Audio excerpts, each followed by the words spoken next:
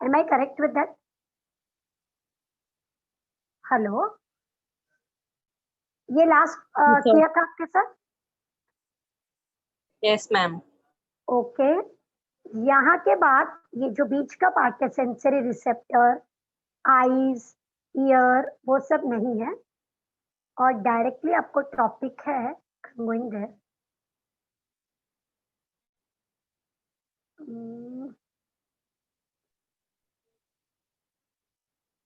या nervous disorder ये topic है। If you are on the text book, ये टेक्स्ट बुक के एंड में nervous disorder. Okay, will wait for everybody, let's wait. हाँ ठीक है, अभी सिद्धि मैं शुरू कर दूं? ठीक है, okay class, you can see the heading now. अगर आप टेक्स्ट बुक देख रहे हैं तो मैं रिपीट कर रही हूँ, सेंसरी रिसेप्टर्स, सेंसरी वहां से आपको कैंसिल करना है और आई पूरा कैंसिल है, ईयर पूरा कैंसिल है और डायरेक्टली आपको आना है टॉपिक पे, नर्वस डिसऑर्डर। छोटा सा टॉपिक, ठीक है। सो जैसे बाकी के सिस्टम है वैसे बॉडी में नर्वस सिस्टम भी है। तो कभी कभी हमारा स्टमक में प्रॉब्लम होता है, कभी कभी हमारे ब्रीदिंग में प्रॉब्लम हो सकती है, करेक्ट। तो बहुत सारे इन्फेक्शन हो सकते हैं, वैसे ब्रेन में भी कुछ ना कुछ प्रॉब्लम्स हो सकती है and they come under the heading nervous disorder. ठीक है, अब उसका फर्स्ट कैटेगरी यहाँ पे देखिए, साइकोलॉजिकल डिसऑर्डर। देखो क्लास, हर डिसऑर्डर फिजिकल नहीं होता, मतलब इंजरी जरूरी नहीं। तो नर्वस में बहुत बार साइकोलॉजिकल प्रॉब्लम्स, ठीक है। तो ये रहे हमारे साइकोलॉजिकल डिसऑर्डर्स, ये देखिए, कॉमनली कॉल्ड मेंटल डिसऑर्डर, ठीक है। अब एक छोटे से डेफिनेशन में उसको खत्म नहीं कर सकते, उसमें बहुत सारे कंडीशंस, जैसे चेंज इन मूड, करेक्ट। कभी कभी आप हम घर में बोलते हैं ना, क्या हुआ आपका मूड खराब है, तो what is it, it affects the mood, thinking, behavior, correct? If I'm suffering from some psychological problem, it can affect my mood, the way I think, my behavior, so many areas of my life. हो सकता है क्योंकि मुझे psychological problem है, मैं किसी से बात ही नहीं करूं, करेक्ट। हो सकता है मैं बहुत ज्यादा बातें करूं, वो भी प्रॉब्लम है ना, करेक्ट। मैं अपने फ्रेंड्स वगैरह से बिल्कुल बात बंद कर दूं क्योंकि मैं कुछ गलत सोच रही हूँ या मुझे साइकोलॉजिकल प्रॉब्लम है, उससे बहुत ज्यादा स्ट्रेस आ सकता है, करेक्ट। आपको लोग डिप्रेशन में दिखाई देते हैं कभी कभी। So what is it, mental disorders का फर्स्ट टाइप हम कर रहे हैं, first category, psychological disorder which can affect mood, our thinking, behavior, correct. It can affect multiple aspects of our life. It can cause lots of stress, correct. आजकल आप बहुत बहुत हम सुन रहे थे SSR केस, करेक्ट है ना, सुसाइड केस, आपको पता होगा सुशांत सिंह का। तो वहां पे क्या क्या प्रॉब्लम्स थी, money was not a problem है, isn't it? Success was not a problem, कहीं ना कहीं कुछ मेंटली कुछ डिस्टर्बेंस थी, फिजिकली ठीक ठाक पर्सन था, करेक्ट, पर फिर भी सुसाइड किया है। मतलब अब क्या तकलीफ थी, तो कुछ ना कुछ मेंटल डिसऑर्डर या मेंटल स्ट्रेस या डिस्ट्रेस है, ठीक है। Such disorders are psychological disorder, ठीक है class, are we clear with this? Yes, so we are moving ahead. ये देखिए, major categories of psychological disorder, different different categories होती है, उसमें मेन कैटेगरी इंटेलेक्चुअल डिसेबिलिटी, यानी जो लोग पढ़ाई नहीं कर सकते, मेंटली रिटार्डेड हैं, वो एबीसीडी भी नहीं पढ़ सकते, ठीक है। आजकल वर्ड मेंटल रिटार्डेशन अलाउड नहीं है, ठीक है, उसको डिसेबिलिटी बोला जाता है, नॉट रिटार्डेशन। तो वो लोग जिनका ब्रेन किसी न किसी रीजन से डैमेज्ड है या कमजोर है इतना कि जैसे आपके एज का बच्चा जो 12th स्टैंडर्ड में है, वो अगर सेकंड स्टैंडर्ड का एबीसीडी भी नहीं पढ़ पा रहा है, तो श्योरली कुछ ना कुछ मेजर प्रॉब्लम, ठीक है। ऑटिज्म, ऑटिस्टिक लोग, उनकी थिंकिंग अलग तरीके से, वो सर्टेन फ्रेम में ही थिंक कर सकते, उनको कुछ और ज्यादा स्ट्रेस दिया तो वो काम नहीं कर सकते। Autism, bipolar thinking in two different way, अभी मैं पॉजिटिव बातें करूंगी और थोड़ी देर बाद में नेगेटिव बातें कर रही हूँ एकदम। डिप्रेशन, करेक्ट, एंजाइटी, बहुत ज्यादा स्ट्रेस होके लोग एकदम एंजाइटी भर जाते हैं, उनके हाथ पांव कांपने लगते हैं, एग्जाम में ब्लैंक हो जाते हैं लोग, आपने सुना होगा कि मैंने सब पढ़ा था ब्लैंक हो गया, correct. ADHD, too much attention deficit, यानी वो दूसरों का अटेंशन अपनी तरफ खींचने के लिए क्या करते हैं, हाइपर एक्टिविटी। जैसे ये स्कूल क्लास बच्चों के साथ बहुत होता है कि टीचर मेरी तरफ ध्यान नहीं दे रही, तो अपनी तरफ ध्यान दिलवाने के लिए या तो बच्चे बहुत बातें करेंगे या किसी को मारेंगे, छोटे बच्चे, या कुछ तोड़ देंगे या गिरा देंगे या आवाज करेंगे। तो वो क्या कर रहे हैं, वो टीचर को डिस्टर्ब नहीं करना चाहते, पर वो टीचर का ध्यान अपनी तरफ खींचना चाहते हैं। अटेंशन डेफिसिट, हाइपर एक्टिविटी, ऐसा घर में भी बच्चे करते हैं। अगर 3-4 भाई-बहन हैं और एक को लगता है कि अगर पेरेंट मेरी तरफ कम ध्यान दे रहा है, तो वो कुछ ना कुछ ऐसी एक्टिविटी करेगा ताकि वो अपनी तरफ ध्यान खींचे। पर वो डिसऑर्डर है, क्योंकि पेरेंट तो ध्यान दे रहा है ना एक्चुअली, तो ऐसा होने का चांस, बहुत सारा स्ट्रेस भी हो सकता है। So look at the psychological disorder, let's put a proper concept there. Disability यानी प्रॉब्लम है ही सीवियर। ऑटिज्म, ये भी ब्रेन रिलेटेड है। ऑटिस्टिक लोग एक सर्टेन थिंकिंग पैटर्न में ही सोच सकते हैं, बहुत ज्यादा कॉम्प्लेक्स नहीं कर पाते वो। Bipolar, thinking two way, depression, stress, ये दोनों साथ में जाते हैं। एंजाइटी, बहुत ज्यादा anxiousness. ADHD, attention deficit hyper activity, कुछ भी हाइपर एक्टिविटी करना जस्ट टू क्रिएट अटेंशन। तो ये रहे साइकोलॉजिकल डिसऑर्डर्स। अब यहाँ पे देखिए, ये देखिए पार्किंसंस।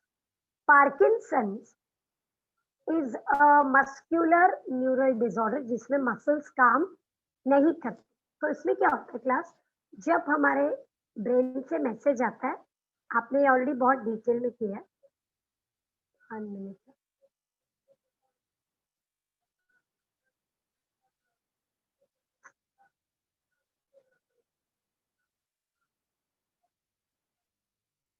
इधर गया या यहाँ। तो ये जो हमारे ट्रांसमिटिंग न्यूरॉन है, ध्यान से देखिए, आपको ये ऑलरेडी पता है कि बीच में न्यूरो ट्रांसमीटर्स, ये न्यूरॉन से ये न्यूरॉन में देखो केमिकल जा रहा है, तब मैसेज पास। एक केमिकल है डोपामाइन, न्यूरोट्रांसमीटर डोपामाइन, जो मसल कोऑर्डिनेशन में बहुत काम करता है। अब ये दोनों डायग्राम में डिफरेंस देखो, डोपामाइन कम दिख रहा है आपको, दूसरे वाले में यहाँ पे देखिए लेस हो गया डोपामाइन, तो ठीक से इम्पल्स ट्रांसमिट नहीं होता एक न्यूरॉन से दूसरे में रिसेप्टर के पास, और इसलिए प्रॉपर कोऑर्डिनेशन नहीं होता है and person suffers from Parkinson's. Parkinson's, ये देखिए उसके लिए कीवर्ड है trap. Look at the word trap. अब ट्रैप का क्या मतलब है, just to learn. Tremor, tremor मतलब कांपना, शेकिंग। ये बंदे को देखिए जिसकी इमेज दिख रही है, उसकी बॉडी देखिए, ट्रेमर दिख रहा है आपको, हाथ पैर कांप रहे हैं, ठीक है। कोई एक साइड, कोई एक ही हाथ या एक ही फिंगर, रिजिडिटी, बॉडी बहुत रिजिड हो जाती, ठीक से जो जॉइंट्स है वो मूव नहीं कर, अपनी नेक अकड़ जाएगी या हाथ पैर स्टिफ हो जाते हैं, ओके। एक काइनेसिया, मूवमेंट नहीं हो रहा है, काइनेट मतलब मूवमेंट, काइनेटिक एनर्जी ना, एनर्जी इन मोशन, करेक्ट। तो अकाइनेसिया मतलब ठीक से मूवमेंट नहीं हो पा रहा, हाथ पैर चल नहीं पा रहे, फोल्ड नहीं हो रहा हाथ पैर, ठीक है। एंड पोस्चर एंड बैलेंस, देखिए पोस्चर कैसा हो गया, बेंड हो रखा है, देखिए फेशियल एक्सप्रेशन प्रॉपर नहीं दिखा रहा, बॉडी देखो झुक गई है, आर्म जो हाथ हाथ चलते वक्त हिलते हैं वो नहीं हिल रहे, एल्बो देखो बहुत रिजिड हो गई है, नी रिजिड हो गई है, ठीक से मूव नहीं हो रही, ट्रेम्बलिंग ऑफ लेग्स, एक्सट्रीमिटीज मतलब पैर और हाथ, तो वो कांप रहे हैं, ठीक से पैर नहीं रख पा रहा बंदा। ये सब पार्किंसन के साइन है, और धीरे धीरे वो बढ़ता जाता है, मतलब उसमें न्यूरॉन डैमेज होते जाते धीरे धीरे कंडीशन बैक टू वर्स हो जाएगी, और फिर पर्सन बेड रिडन हो जाए कंप्लीट, ऐसा। So this is Parkinson's. See, what is becoming less, let's read about it. Chemically क्या है, ये डोपामाइन जो है, करेक्ट, वो डिजेनरेट हो रहा है न्यूरॉन, और डोपामाइन नहीं बन रहा है। ओवर इयर्स, अचानक में बहुत सालों में धीरे धीरे धीरे ग्रेजुअली पर्सन बेडरिनर हो सकता है, बेड पे बैठा रहेगा, कुछ भी नहीं कर पाएगा, कांप सकता है, रिजिड हो सकता है, difficult in walking, balance coordination नहीं होगा, उसको बोलते हैं पार्किंसंस। ठीक है, गेटिंग इट। दूसरा डिसऑर्डर देखिए, एल्जाइमर। एल्जाइमर आपको पता होना चाहिए कि directly related to memory loss. ठीक है, मेमोरी आपकी धीरे धीरे धीरे कम होती जाती है, आपका न्यूरॉन डैमेज हो रहा है। Have you heard about Alzheimer? हाँ क्लास, आपने ये मूवी देखी है उरी? उरी, उरी देखिए ना। विक्की कौशल की उरी, उसमें उसकी मम्मी का मेमोरी लॉस होता है। I hope you have seen. Hello, No, ma'am. Uri surgical strike, वो मूवी नहीं देखी है? वो जो अटैक Yes, करता है, ma'am. तो उसमें देखो उसकी मम्मी को न्यूरल प्रॉब्लम रहता है, उसकी याददाश्त धीरे धीरे कम होती जाती है, करेक्ट। उस डिजीज का नाम है एल्जाइमर। एल्जाइमर में क्या होता है, विद एज धीरे धीरे आपके न्यूरॉन डैमेज होते जाते हैं, तो आपकी मेमोरी, ये देखिए, थिंकिंग, रीजनिंग धीरे धीरे कम होता है, क्योंकि न्यूरॉन डैमेज हो। और उसका टिपिकल वे ये देखिए, आपको देखिए, आपका ब्रेन साइज देखिए नॉर्मल, और देखो श्रिंक हो गया, ब्रेन छोटा हो गया, देखो एक डार्क ब्राउन एक लाइट ब्राउन दिख रहा है, बराबर है। Yes, ma'am. कितने सारे न्यूरॉन डैमेज हो गए, देखिए यहाँ पे देखिए, हेल्दी न्यूरॉन आपको येलोइश दिख रहा है, और डेड वाला देखो ब्लैकिश ब्राउन हो गया, है ना, वो डेड हो गए। और ये धीरे धीरे बढ़ता जाएगा, बढ़ता जाएगा, बढ़ता जाएगा, और फिर फाइनली पर्सन कुछ नहीं कर पाए। This is Alzheimer. See, Alzheimer is the most common form of dementia, मतलब memory loss. Dementia most common form, ठीक है। It increases with age. Loss of cognitive function, cognitive मतलब सोचना, याद रखना, हाथ पैर मूव करना, वो कम होते जाए। Thinking, remembering, reasoning, behaviour, person भूलता जाता है। ठीक है, कि person day to day active, suppose मैं आप मुझे बुक दे रहे हो और मैं पूछ रही हूँ कि ये क्या चीज है, मुझे पता नहीं इसको बुक बोलते, मैं भूल गई हूँ। You can imagine, are you getting it? This occurs because of neurons in the central nervous system are damaged. Cholinergic मतलब जो हमारे सेंट्रल नर्वस सिस्टम से न्यूरॉन आ रहे हैं, वो डैमेज हो गए, क्योंकि कोई प्रोटीन जमा हो रहा है, एमिलॉइड प्रोटीन, वो प्रोटीन ज्यादा जमा हो गया, उससे न्यूरॉन डैमेज हो। देयर इज नो क्योर, आप ठीक नहीं कर सकते उसको, ठीक है, वो धीरे धीरे बढ़ता ही जाएगा। आप थोड़ा सा उसको स्लो डाउन कर सकते हैं, कंट्रोल कर सकते हैं, but otherwise it is progressive, बढ़ता ही जाएगा, आप चाहे कुछ भी करो। ठीक है, तो पर्सन को हमेशा किसी दूसरे पर्सन के साथ कोई ना कोई साथ में हेल्प चाहिए, जो उसको ध्यान से रख सके, संभाल सके, अकेले कहीं भेज नहीं सकते, क्योंकि person will start forgetting everything. Okay, now class, Alzheimer अचानक नहीं होता है, एल्जाइमर जिसको होता है वो छोटे से ही होता है, लेकिन हमारे बॉडी में न्यूरॉन इतने सारे हैं कि वो एक, जब सर्टेन नंबर कम हो जाता है तब इफेक्ट दिखता है। तो ज्यादातर इफेक्ट आपको 40 के बाद दिखता है। Okay, most of the time the effect is seen after 40 years, but वो डिजीज पहले से थी। तो ये जो केमिकल है, ये जमा होता है जरा एमिलॉइड प्रोटीन, उससे न्यूरॉन एक डैमेज हुआ, 2 हुआ, 3 हुआ, 10 हुआ, हजारों हुए, लाखों हुए। तो जब बहुत डैमेज हो जाता है तब हमें मेमोरी लॉस होने लगता है। ठीक है, it is not a infection from bacteria और something, it is a degeneration. जैसे विद एज आंखें कमजोर होती है, करेक्ट, मसल कमजोर होते हैं, वैसे ही ब्रेन के सेल भी डेड हो सकते हैं। सबको एल्जाइमर नहीं होता, don't think everybody is going to get Alzheimer, no, it is a disorder. जिसके साथ आप बॉर्न हुए, अगर आप उसके साथ बॉर्न हो तो वो होने ही वाला, उसको कुछ कर नहीं सकते। ठीक है, उसमें बहुत सारा जेनेटिक्स भी है, नो डाउट। ठीक है, So this is the last part, Alzheimer, which we are talking about.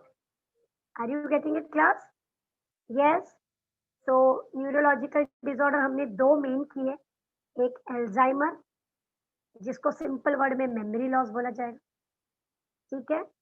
दूसरा पार्किंसन जिसको सिंपल वर्ड में मस्कुलर और बॉडी पोस्चर का कोऑर्डिनेशन लॉस होगा। मेन केमिकल कौन सा कम हो गया? Dopamine. What is dopamine? It's a neurotransmitter, it's a neurotransmitter, वो कम हो गया, ठीक है। और दूसरे टाइप के डिसऑर्डर्स कैसे हैं? साइकोलॉजिकल, जहाँ पे हमको स्ट्रेस है, टेंशन है, समझने में हम गलती कर रहे हैं। हमारी लाइफ कैसी आजकल? We in Mumbai, especially in big cities, we all have a very stressful life, isn't it? We have always less time. अब सबके मुंह से एक बात सुनते हो, टाइम नहीं है, टाइम नहीं है, टाइम नहीं। हम काफी स्ट्रेस में रहते हैं, अभी ये भी करना है, वो भी करना है, बहुत भाग दौड़ वाली लाइफ। उससे क्या होता है? एंजाइटी हो सकती है, स्ट्रेस आ सकता है। अभी आपके बोर्ड का फॉर्म भर गया तो आपको एग्जाम स्ट्रेस आ जाता है ना? अगर यही, आई don't know if the exam is postponed, but suppose यही एग्जाम फेब की होती तो अभी हमारे पास कितना टाइम बाकी है? 2 महीने, तो स्ट्रेस आता है ना? Are you getting it? So this is about the disorder, ठीक है, इतना ही। तो आपको साइकोलॉजिकल और न्यूरो डिसऑर्डर करने, उसमें अल्जाइमर और पार्किंसन दो एग्जाम्पल, ठीक है। Is it class? और क्लास इसमें मैंने कोई भी क्योरेबल नहीं बोला आपको, ठीक है। साइकोलॉजिकल से आप बाहर आ सकते हो, आप डिप्रेशन से बाहर आ सकते हो, आप खुद का विल पावर बढ़ा के आगे बढ़ सकते हो, ठीक है। Fine class, so this chapter ends here. Is this clear? मैंने कहा था पढ़ के आना, कोई डाउट्स है तो लेकर आना है। चैप्टर में हमने न्यूरॉन्स किया, एक फास्ट गो थ्रू देख लीजिए। एक्सॉन के टाइप्स किए, sensory, motor, relay, unipolar, bipolar. फिर नर्व्स किया, एफरेंट, इफरेंट, मिक्स्ड नर्व। फिर हमने सिनेप्टिक जंक्शन किया, अलग अलग टाइप के। नर्व फाइबर की पूरी 9 प्रॉपर्टीज हमने देखी थी, जो आपके बुक में एक एक लाइन का डेफिनेशन है, करेक्ट। फिर हमने ह्यूमन ब्रेन किया, डायनसेफेलॉन, प्रोसेनसेफेलॉन, मीसेंसेफेलॉन, मेटेनसेफेलॉन, करेक्ट। फिर सेरिब्रम के सारे लोब किए, फ्रंटल, पैराइटल, टेम्पोरल, सारे लोब्स के बारे में हमने उनके फंक्शंस किए, बराबर। ये ऑफन क्वेश्चन रहता है, बहुत बार आता है। उसके बाद हमने थैलेमस, हाइपोथैलेमस के बारे में किया। चैप्टर लंबा है, वेटेज बहुत ज्यादा है, वेटेज सबसे ज्यादा इस chapter, if you have check the weight. Then limbic system एक छोटा सा पैरा है बुक में। फिर हमने स्पाइनल कॉर्ड का टीएस किया, जो मैंने आपको कहा था बहुत बहुत इंपॉर्टेंट है, अलग अलग फॉर्म में आता है, करेक्ट। फिर हमने 3 स्पाइनल नर्व्स भी की थी, ये देखिए। फिर ऑल्फैक्टरी और क्रेनियल नर्व्स, और ये नर्व्स डिटेल में थी, cervical, olfactory, oculomotor, if you remember on occasion of party, है ना, उनको कैसे लर्न करना है वो किया था। ऑटोनोमस नर्वस सिस्टम किया हमने, सिंपैथेटिक। मैम, हाँ बोलिए। पैरासिम्पैथेटिक का ब्रांचिंग रीजन वो नहीं समझा ma'am. Okay, 1 minute, I will go to that, not a problem. Just मैं वहां पे जाती हूँ पहले। पैरासिम्पैथेटिक ना, यहाँ पे बोल रहे हो, देखिए यस यहाँ से मैम। शुरू होता है ऑटोनोमस नर्वस सिस्टम, ठीक है। ऑटोनोमस मतलब जो ऑटोमेटिक कंट्रोल करता है, जिसमें हमारा कंट्रोल काम नहीं करता। I can use the word will, तो यहाँ पे विल पावर काम नहीं कर रहा, आपकी मर्जी से काम नहीं होगा, क्योंकि कुछ एक्टिविटीज हमारी मर्जी से नहीं होनी चाहिए। कैसी एक्टिविटीज? जैसे डाइजेशन, जैसे एक्सक्रीशन, जब बॉडी में वेस्ट है वो बाहर जाना ही चाहिए, वो हमारे कंट्रोल में नहीं। उसके लिए बॉडी ने एक स्पेशल सिस्टम बनाया, ऑटोनोमस। अब उसमें क्या किया? फास्ट करने के लिए सिंपैथेटिक और स्लो करने के लिए पैरासिम्पैथेटिक, ठीक है। याद रखें, कोई भी चीज को मुझे अगर फास्ट करना है बॉडी में, तो कौन काम करेगा? सिंपैथेटिक। क्योंकि एक तो ऑटोनोमस करना है, तो मुझे तो डिसीजन देना नहीं। पैरासिम्पैथेटिक क्या करेगा, रुकाएगा, स्लो करेगा, रेस्टिंग मोड पे डालेगा। ठीक है, तो ये उसके 2 ब्रांच हो गए। ठीक है, अब ये दोनों की वजह से हम नॉर्मल रहे, मतलब अगर हम सब आराम से बैठे इस वक्त, हमारी हार्ट बीट नॉर्मल चल रही है, तो पैरासिम्पैथेटिक सिंपैथेटिक दोनों ठीक ठाक काम कर रहे हैं। अगर दोनों में से कोई भी ऊपर नीचे गया तो बॉडी फिर डिफरेंट बिहेव करेगी, फिर आपको पता चलेगा कुछ तो अजीब हो रहा है मेरे से, ऐसा आपको मालूम पड़ जाए। तो अब सिंपैथेटिक में क्या था हमारा, सिंपैथेटिक फास्ट करना है, करेक्ट। अब उसको अगर आप देखोगे तो क्लास, ये आपकी बॉडी है अगर, तो वो हमेशा स्पाइनल कॉर्ड के बाजू में होता है। मैं उसको मार्क कर रही हूँ ऐसे, ये डॉट्स दिख रहे हैं, ये रेड लाइन स्पाइनल कॉर्ड है। ऐसे स्पाइनल कॉर्ड के पैरेलल सिंपैथेटिक गैंग्लियाज होते, ओके, और वो कनेक्ट होते हैं किसी या किसी ऑर्गन। मैं इसको फिर से कैसे दिखाती हूँ आपको। ये रहा आपका स्पाइनल कॉर्ड, ठीक है, ये रहा सिंपैथेटिक गैंग्लिया, सपोज मैं तीली बना रही हूँ। ठीक है, अब क्या होगा, यहां से नर्व आया, कहां से, स्पाइनल कॉर्ड से सिंपैथेटिक, सिंपैथेटिक से किधर जाएगा, ऑर्गन में जाएगा। किधर जाएगा, जो भी ऑर्गन, सपोज ये मेरा हार्ट, तो उधर चला गया। Are you getting it? तो मैसेज हार्ट को गया ना। तो यहाँ पे आपका एक वर्ड आता है जो आपको कंफ्यूज कर सकता है, pre ganglionic, post ganglionic. Ganglia से पहले वाला फाइबर और बाद में वाला। अब मैं ऑर्गन चेंज कर रही हूँ, ये देखिए, ये दूसरा, ये सिंपैथेटिक गैंग्लिया, और सपोज ये एंटर कर रहा है मेरे लिवर में, तो यहाँ पे मैंने बना दिया लिवर। देखिए, अब इसका प्री मतलब गैंग्लिया से पहले वाला फाइबर, बाद में वाला फाइबर। ठीक है, ओके। अब आप बोलोगे मिस ये तो सिंपैथेटिक, पैरासिम्पैथेटिक किधर है, वो हमेशा ऑर्गन के ऊपर या अंदर होता है। ये ब्लू गैंग्लिया कौन सा था, सिंपैथेटिक, और पैरासिम्पैथेटिक ऑर्गन के ऊपर या अंदर होता है, ये याद रखो। सिंपैथेटिक हमेशा स्पाइनल कॉर्ड के पैरेलल होता है, हमेशा ऐसे पैरेलल, ऐसे गैंग्लिया की लाइन है, 22 गैंग्लियास आपको दिखेंगे लाइन में। ठीक है, अब उसमें आपका बुक बताता है कि उसमें 2 जोन्स दिखते हैं हमको क्लियरली, थोरैसिक एंड लंबर। तो क्लास थोरैसिक क्या होता है, चेस्ट का जोन, और लंबर उसके नीचे। आप देखिए, आपको वहां पे दिख रहा है क्या मैक्सिमम, ये आपको ब्रांचेस किधर दिख रहे हैं, चेस्ट जोन से निकल रहे देखो, ये देखिए, ये थोरैसिक जोन है और ये लंबर। देखिए,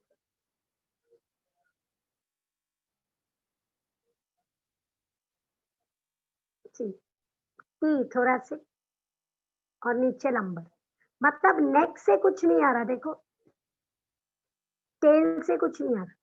तो main branches are beginning from thoracic and lumbar zones, and they go to various parts like kidney, liver, stomach, correct, skin, lungs, heart। देखो,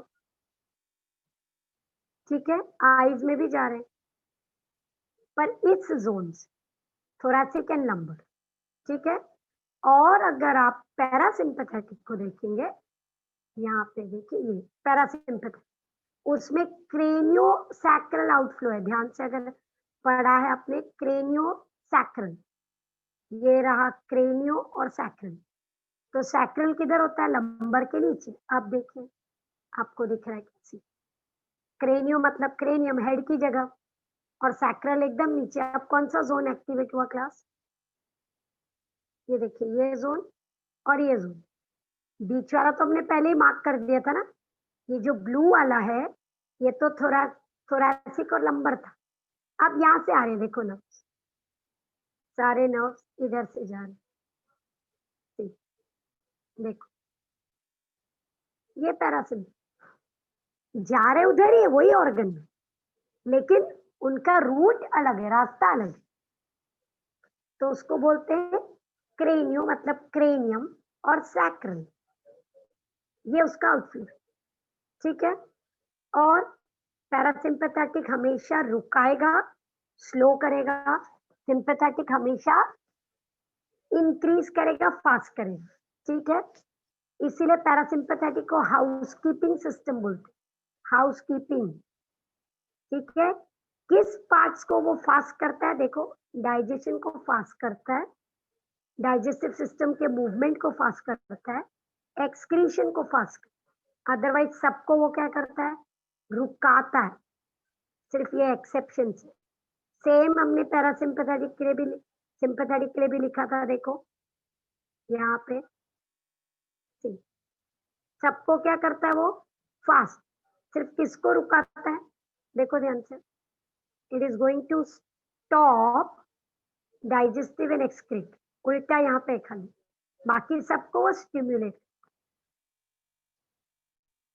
एड्रिनजेनिक मतलब एड्रिनालिन, फास्ट करने वाला, और कोलिनजेनिक मतलब स्लो करने वाला। तो ये आपके दो ब्रांचेस हैं, और आप सॉरी क्लास, आपको ये देखना है, लुकिंग एट इट, आपके टेक्स्ट बुक का डायग्राम ये रहा, ये भी आपके टेक्स्ट बुक में अलग अलग नहीं, सिंगल डायग्राम दे रखा। कहाँ गया जी, दिस इज टेक्सचुअल डायग्राम। अब आप खुद देखिए, आपको सैक्रल आउटफ्लो, थोरैसिक आउटफ्लो दिखता है, थोरैकोलम्बर आउटफ्लो देखा, ये सिंपैथेटिक। अभी देखो, क्रेनो और सैक्रल, ये क्या हो गया? पैरासिम्पैथेटिक। ये टेक्स्ट बुक का डायग्राम है, लेकिन इसको सिंपल में आप ऐसे पढ़ेंगे। देखिए, पैरासिम्पैथेटिक किस चीज को फास्ट कर रहा है, और सॉरी स्लो कर रहा है, और सिंपैथेटिक किसको फास्ट। ये लर्न करना बहुत जरूरी, बहुत जरूरी। देखिए, इसमें लिखा है एनर्जी स्पेंड हो रही है, इसमें सेव हो रही है। यहाँ पे एक्सेप्शन दोनों जगह पे डाइजेस्टिव और एक्सक्रीटरी। सिंपैथेटिक डाइजेस्टिव को स्लो करता है, फास्ट नहीं करता, और पैरासिम्पैथेटिक फास्ट करता है, स्लो नहीं करता। Getting it? और अगर ये फाइबर्स की बात है तो आपको याद रखना है, सिंपैथेटिक में जो मैंने गैंग्लिया बनाया था और ये पैरासिम्पैथेटिक में, तो इसमें इंपॉर्टेंट ये है कि इधर प्री गैंग्लिया के पहले वाला फाइबर छोटा है, इधर बड़ा है, प्री गैंग्लियोनिक, और वहां पे पोस्ट बड़ा है, यहाँ पे छोटा। ये एक डिफरेंस आपको बाय हार्ट करना। ऑर्गन से गैंग्लिया तक का फाइबर बड़ा है, ये छोटा, ये छोटा है, ये बड़ा है, ये आपको बाय हार्ट करना। प्री मतलब गैंग्लिया के पहले, पोस्ट मतलब बाद में। सेम डायग्राम आप यहाँ पे भी देख सकते हैं। सी, वो जो बीच में वो गैंग्लिया दिख रहा है आपको, सेम चीज है। ये गैंग्लिया, सिंपैथेटिक पैरासिम्पैथेटिक, ये छोटा है, बड़ा है, पर यहाँ पे ये लंबा है, यहाँ पे छोटा, वो difference, that is in there making, there is so much difference. ठीक है, देखिए मैंने दोनों डायग्राम अलग भी रखे हैं ताकि आपको याद। Is it very clear? बताओ, और कुछ? Anything else you want to know? No, ma'am. Sure? Yes, तो ma'am. मैं, ये चैप्टर का नेक्स्ट टॉपिक है हार्मोनल कोऑर्डिनेशन, तो मैं उसकी तरफ बढ़ूं? Yes, hello ma'am. क्लास, ठीक है। तो पीडीएफ स्टॉप करूं ये वाला, क्योंकि वो मेरा दूसरा पीडीएफ, ठीक है। ये वाला मैं आपको आज भेज दूंगी। क्लास मैं पूरा भेज रही हूँ, लेकिन आप याद रखेंगे ना, आई और ईयर नहीं पढ़ना। हाँ, वो मेरे को मतलब मैंने उसको बना दिया था पहले ही ना, तो मुझे डिलीट करने को नहीं आ रहा है ठीक से, और वो काफी लंबा और बन गया, तो उसको उसी में रखा हुआ, प्लीज याद से, नहीं तो आप वो पढ़ते जाएंगे और फिर टाइम वेस्ट करेंगे, वो मत कीजिए, ठीक है। So I'm stopping here and I'm going to the next PDF. Okay, fine class. फिर भी अगर फिर भी कोई डाउट रहा नेक्स्ट टाइम तो लेके आइए, कोई प्रॉब्लम नहीं, ठीक है. Okay, I just stop this and go to the next one. यही चैप्टर का नेक्स्ट पार्ट है, नेक्स्ट चैप्टर नहीं हो, and that is chemical coordination, hormone. देखिए वही चीज है, फिर से हम ब्रेन में ही आ गए, लेकिन इस बार ब्रेन ज्यादा काम नहीं करेगा, हार्मोन ज्यादा. ठीक है, केमिकल कोऑर्डिनेशन. तो क्लास आपको याद रहना चाहिए कि हार्मोन हमारी बॉडी के वो केमिकल्स है जो बॉडी बनाती है अपने लिए. मतलब बॉडी के एक पार्ट में हार्मोन बनता है और दूसरी जगह जाता है ताकि बॉडी का वो दूसरा पार्ट काम करे, उसको स्टिम्युलेट करता है, स्टिम्युलेट. ठीक है, तो let's look at it. Look, chemical coordination. The cells and organisms, हमारे बॉडी के सारे सेल्स, ठीक है, और ऑर्गेनिज्म एक दूसरे से केमिकली कम्युनिकेट करते हैं. केमिकल सिग्नल्स हम एक दूसरे को भेजते हैं. जैसे ऑटोक्राइन, मतलब सेल केमिकल भेजता है खुद के लिए. ऑटो मतलब cell. What is the meaning of auto? Cell. तो एक सेल ने केमिकल बनाया किसके लिए? खुद के लिए ही, it cell, auto. Paracrine, cell ने केमिकल बनाया बाजू वाले सेल्स को भेजा, नेबरिंग सेल, उनको स्टिमुलेट किया. एंडोक्राइन, सेल ने केमिकल बनाया और बहुत दूर वाले सेल को भेजा, दूर. देखो डिस्टेंट यानी दूर, एक तो बाजू वाले को भेजा, एक बहुत दूर वाले. और अब सबसे इंपॉर्टेंट चीज देखिए, फेरोमोन्स.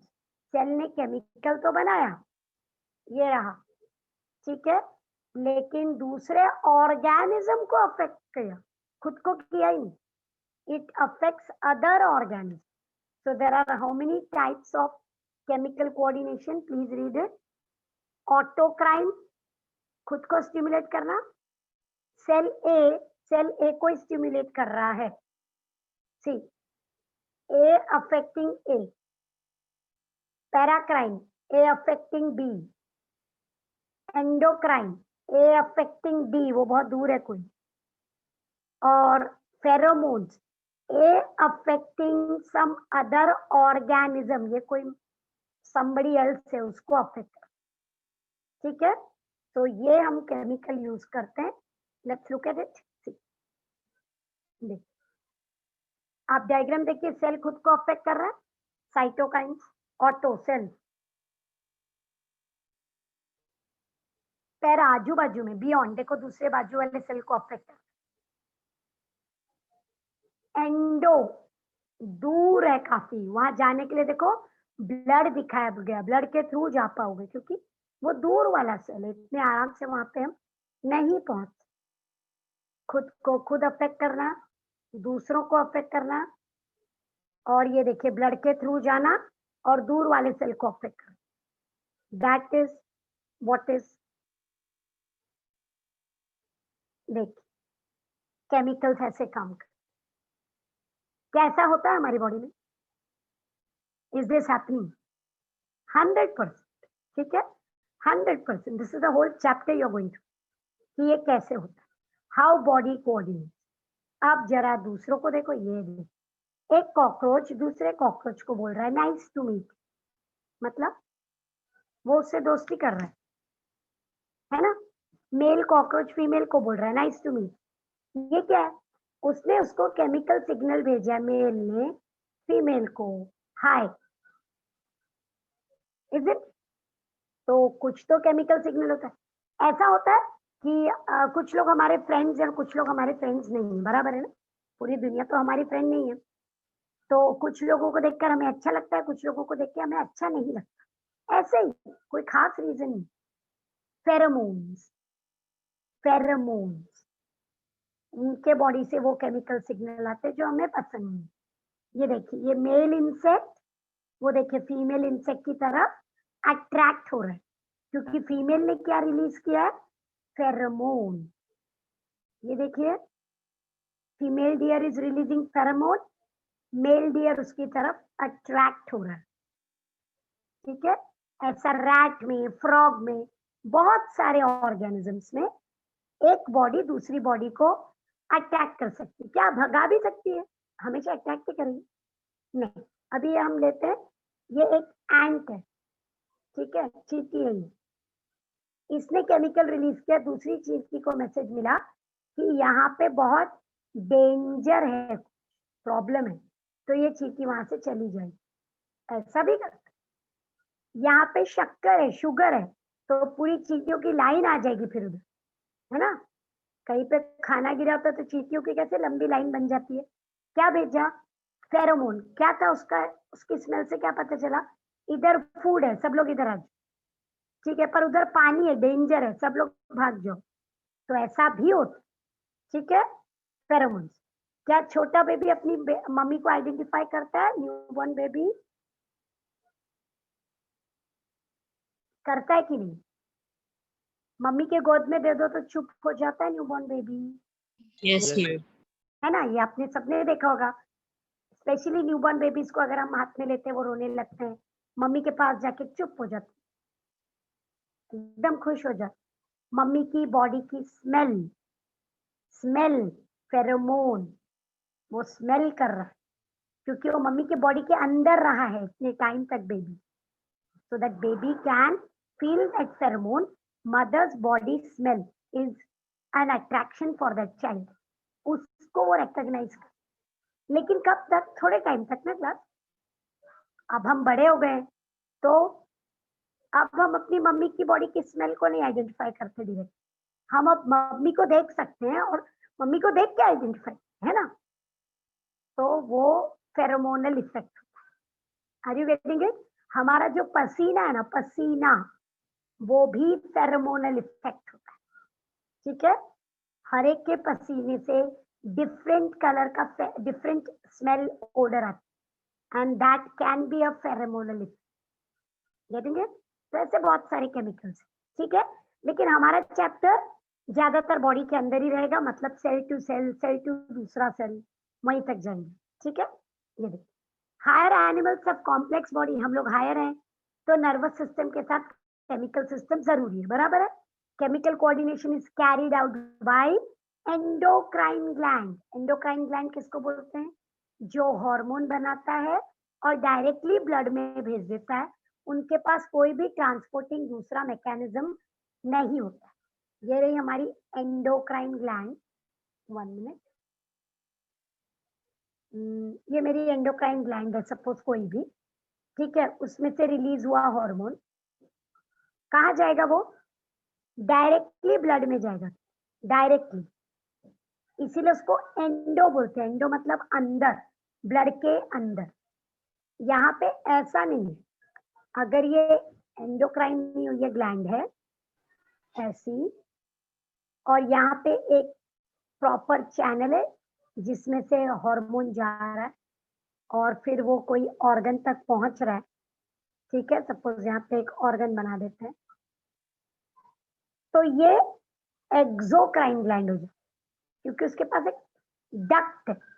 एंडोक्राइन हमेशा डक्टलेस होती, कैसी होती है एंडोक्राइन ग्लैंड, डक्टलेस, डायरेक्टली किधर भेजती है, ब्लड में, ऐसा कोई सिस्टम नहीं होता, ठीक है।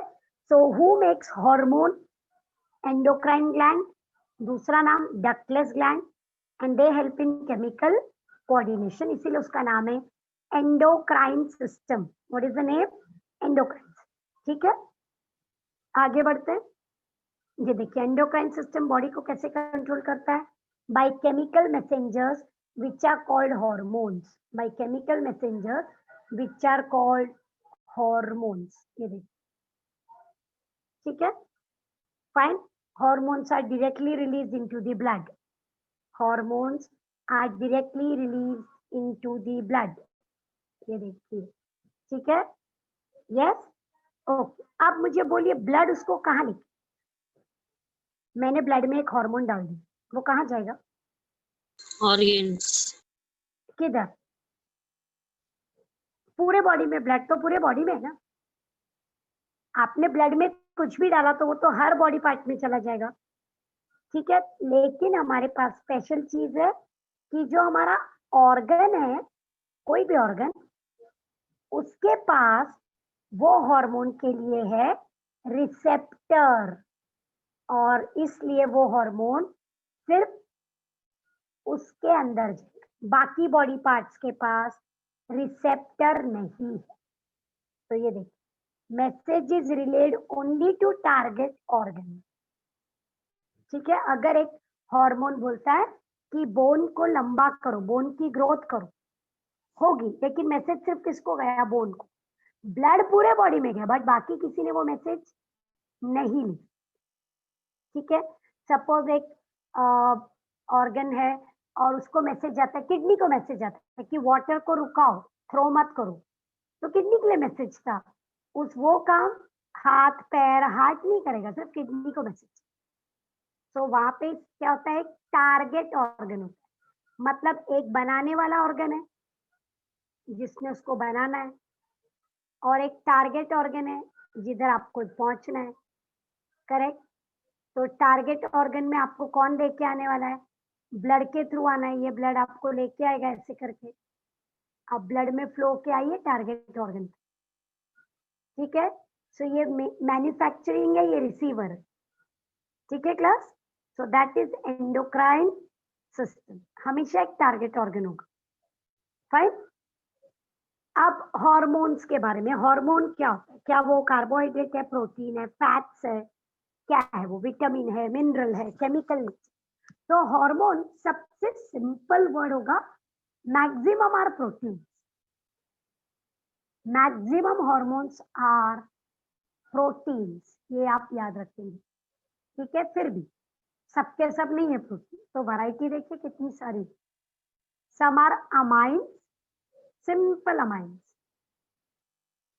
Okay, which are secreted by various endocrine glands, जैसे थायरोक्सिन।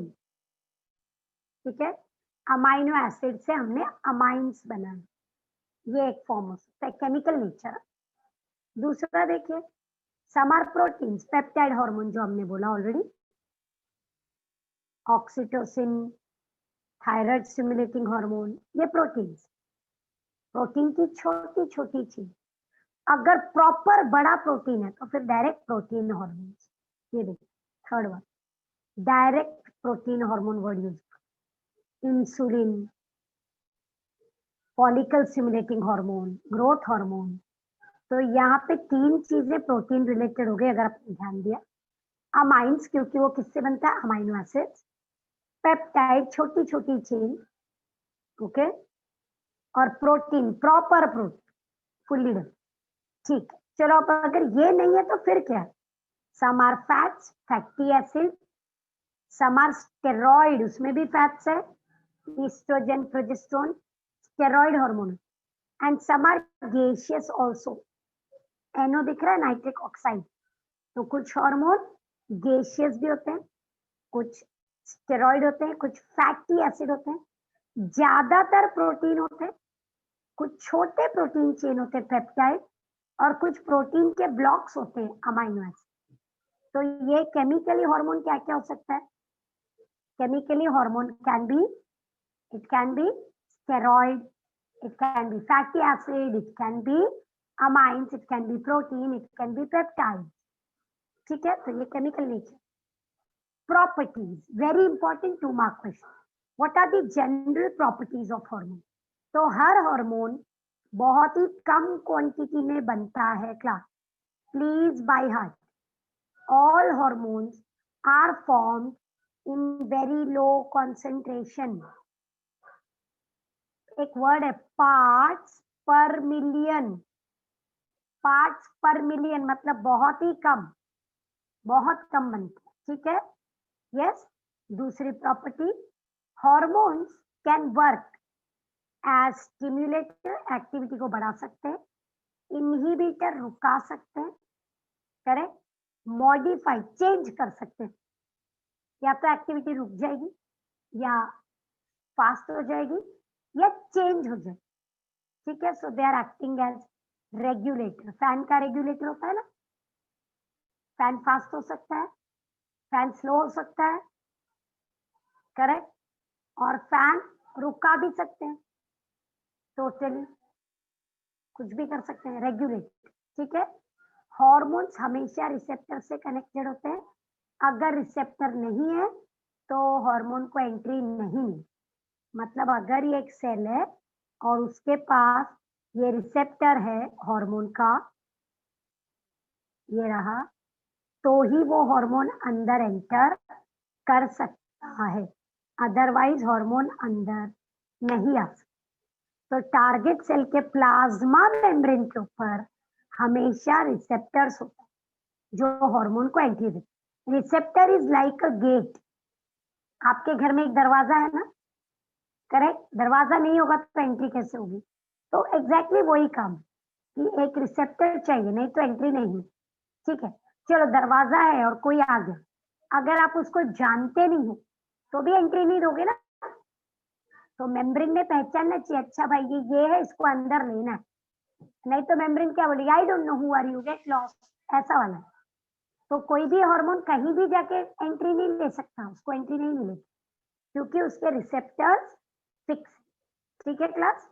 दूसरा, अब जब हार्मोन बनता ही बहुत कम है तो थोड़ा सा ज्यादा बनाना, देखिए कंपेयर कीजिए, ठीक है। मैं उसको और बेटर कर देती हूँ। ये देखिए क्लास, हार्मोन बनना चाहिए 1 ड्रॉप, ठीक है, और वो बन गया 2 ड्रॉप, थोड़ा ज्यादा कर, तो क्या हुआ, 2 ड्रॉप, कुछ नहीं, नहीं क्लास, बहुत फर्क पड़ेगा क्योंकि 1 ड्रॉप में जो उसका काम था वो 2 ड्रॉप में डबल हो जाएगा, डबल। Are you understanding? तो ज्यादा सिक्रीशन से डिसऑर्डर होगा, हाइपर। अच्छा, अब और एक प्रॉब्लम हो गई, वो आधा ड्रॉप बना, आधा, पूरा बना ही नहीं, तो भी प्रॉब्लम हो जाएगी, हाइपोसिक्रीशन। तो हार्मोन ज्यादा या कम, दोनों बहुत हार्मफुल, बहुत हार्मफुल बोला मैंने, थोड़ा बहुत हार्मफुल नहीं, बहुत हार्मफुल। क्लास, आप नमक कैसे खाते हैं? हर चीज में नमक होता है, करेक्ट। कैसे खाते हैं? पिंच ऑफ सॉल्ट ना, ज्यादा चलेगा, जितना खाते हैं उसका डबल करेंगे चलेगा? खा पाओगे? आप खाना छोड़ देते हो ना, फिर ये तो बहुत नमक है, इजंट इट? और डाला ही नहीं तो चलेगा? अभी मैं बोलूंगी इतने सारे खाने में एक चुटकी नमक ही तो नहीं डाला मैंने, पर खाना बेस्वाद हो जाएगा। तो वो जो थोड़ा सा है पर जरूरी है, थोड़ा भी ज्यादा हुआ नहीं चलेगा, थोड़ा भी कम हुआ पूरा टेस्ट खराब हो जाएगा। तो वही चीज हार्मोन के साथ होती है, हाइपर और हाइपो डिसऑर्डर हो, ठीक है, फाइन। और एक बहुत इंपॉर्टेंट चीज, एक बार अपना काम कर लिया हार्मोन ने, मैसेज दे दिया, वो रीयूज नहीं हो सकते, वो डीजेनरेट हो, रीयूज नहीं हो सकते बोला मैंने, ठीक है, कैनॉट बी रीयूज, कैनॉट, ठीक है, श्योर। और हार्मोन का सिक्रीशन कब ज्यादा होना चाहिए और कब कम, वो डिपेंड करता है हमारे कंट्रोल पे। पॉजिटिव कंट्रोल मतलब हार्मोन बढ़ाओ, नेगेटिव मतलब ज्यादा हो गया बंद करो। तो इट डिपेंड्स ऑन पॉजिटिव और negative mechanism of the body. Body अभी जैसे आपकी एज ग्रुप है, आपकी बॉडी बना रही growth hormone, your height is increasing increasing increasing, उसके बाद व्हाट विल हैपन? बॉडी बोलती है अभी रुका ही है, बॉडी क्या बोलती है, बस हो गया, अभी हाइट नहीं बढ़नी चाहिए। तो एक नेगेटिव मैसेज भी आता है ना, तो पॉजिटिव और नेगेटिव दोनों तरीके से हार्मोन को कंट्रोल किया जाता है। Can you right a 2 mark question on properties of hormone? Just look at it. इसका दूसरा वे है, गिव कैरेक्टरिस्टिक्स ऑफ हार्मोन। देखिए क्लास, आप लिख पाएंगे? Just tell me. 2 मार्क के लिए लिख सकते हैं, एटलीस्ट 4 पॉइंट, बहुत इजी है। They are chemical messengers, correct, low concentration, stimulate, inhibit, दोनों काम कर सकते हैं। They are according to receptors, yes, कम ज्यादा दोनों हार्मफुल हो सकता है, cannot be reuse, and there has to be a positive और नेगेटिव फीडबैक, जिसकी वजह से वो बढ़ेगा या घटेगा, ठीक है। Is that clear? यस। अब जाते हैं आगे। Mechanism of hormone action. तो क्लास जब भी हार्मोन काम करते हैं उनका दो काम करने का तरीका, देर आर टू मैकेनिज्म, दोनों मैकेनिज्म 3 मार्क के क्वेश्चन है अलग अलग, ठीक है। Let's look at it how they are working. 1 minute, just give me a minute, I'll take a minute.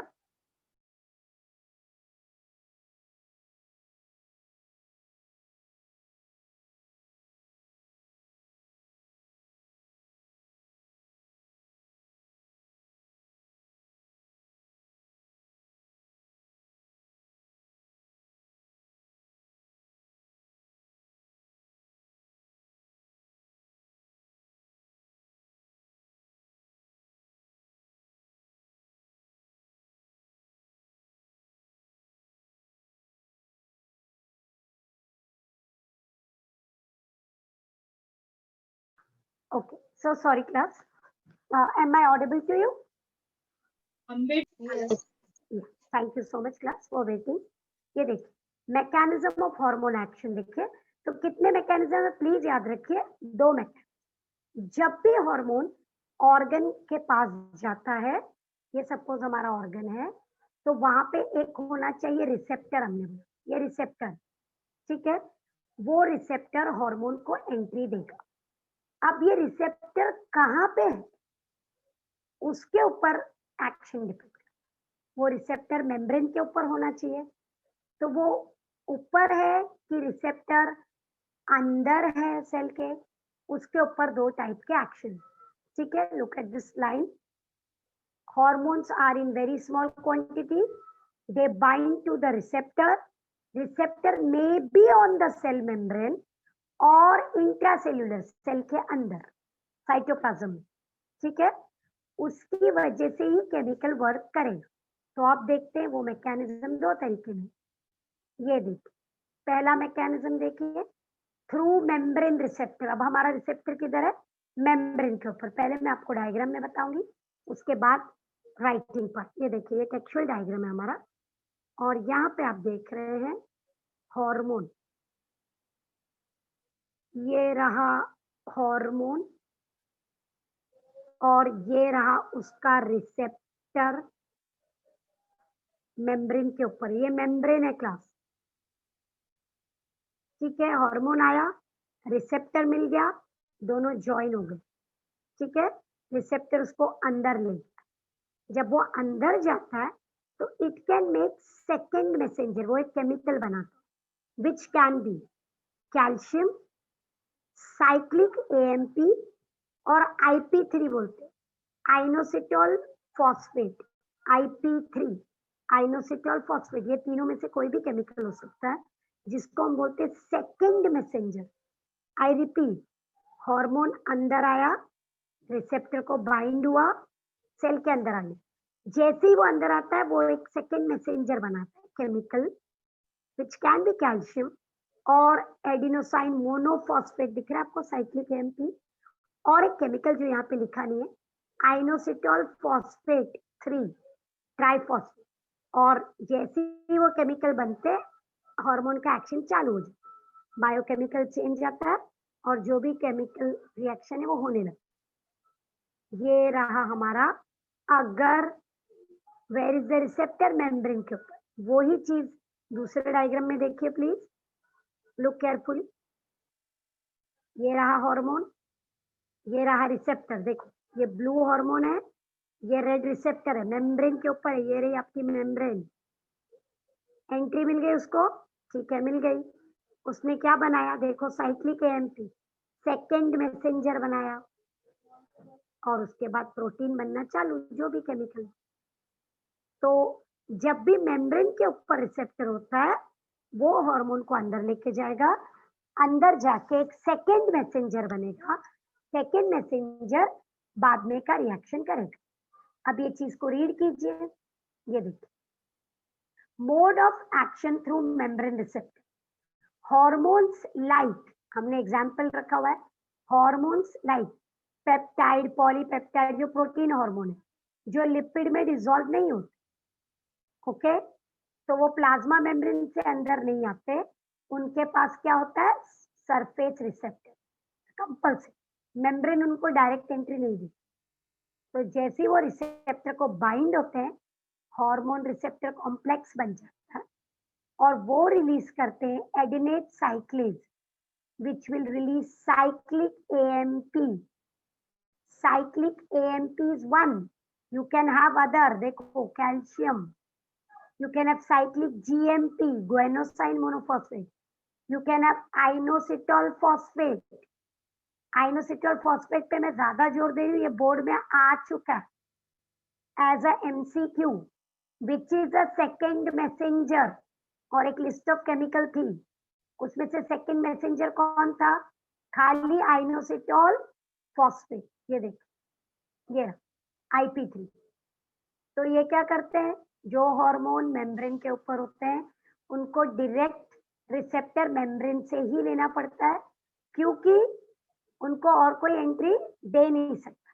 तो रिसेप्टर किधर है, सरफेस पे, वो दोनों कंबाइन होके बनते हैं हार्मोन रिसेप्टर कॉम्प्लेक्स। उसकी वजह से केमिकल एंजाइम रिलीज होता है एडिनेट साइक्लेज, उसकी वजह से सेकंड मैसेंजर बनता है। सेकंड मैसेंजर क्या हो सकता है, AMP, GMP, inositol phosphate, calcium, ये देखिए कोई भी, और फिर प्रॉपर एक्शन होने लगे। ये कौन सा हार्मोन था जिसका रिसेप्टर मेम्ब्रेन के ऊपर है, ये ज्यादातर प्रोटीन हार्मोन्स। ठीक है क्लास, आप ये देखिए, सॉरी आप सेल के अंदर जाए, ठीक, अलग अलग डायग्राम इसलिए रखा है ताकि आपको क्लियरली समझ में आ जाए। ये रहा हार्मोन, ये रहा रिसेप्टर, अंदर एंट्री मिल गई, ठीक है। सेकंड मैसेंजर देखिए, साइक्लिक AMP, इफेक्ट चालू, simple. Where is the receptor, on the membrane. Now I am changing, मैं रिसेप्टर को कहीं और ले जा, ठीक है, यहाँ पे चेंज कर देते हैं।